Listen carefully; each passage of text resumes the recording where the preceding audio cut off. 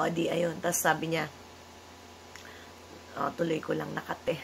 Tapos sabi niya, why do you want to go to the US? What are you going to do there?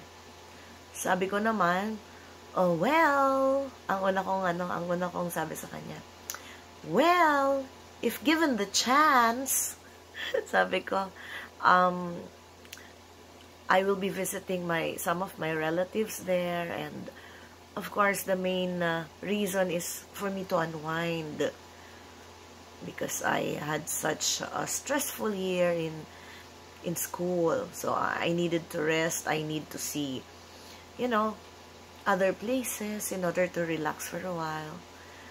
And then, tapos tawa siya. Sabi niya, oh, fair enough. Sabi niya. Tapos, ganun sa computer niya. Tapos, sabi niya sa akin, after niya mag-encode doon sa kanyang computer. Sabi niya, oh, now is the time for you to visit the US. Congratulations. Sabi niya. Di, tuwa ang puso ko. Nakuha ko, finally. Napagbigyan ako. Aapak ako sa US. Ayun. So, yun po yung naging experience ko.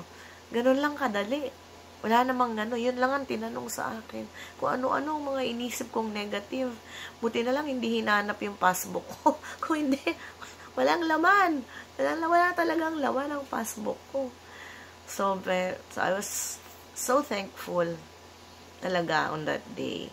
Tapos, ayun, happy ako. Tapos nung makita ko, nung dumating yung visa, yung tinatak doon sa passport ko nung pinadala na sa akin.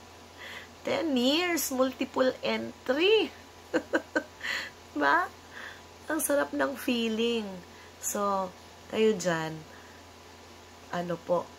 lahat posibleng mangyari kapag, talaga, inilaan para sa inyo.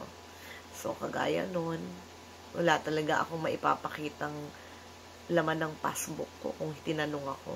Pero, ang tinanong lang yung, gusto lang na yata nila talagang i-prove mo na meron kang pinagkakakitaan, kayong dalawang mag-asawa, at kailangan ma-establish na talagang babalik ka sa Pilipinas, hindi ka magti-TNT doon. So, yun lang. Good luck sa mga mag-a-apply.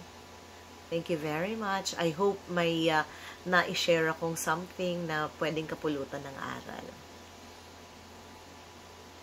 Good night, ka-fam. Bye!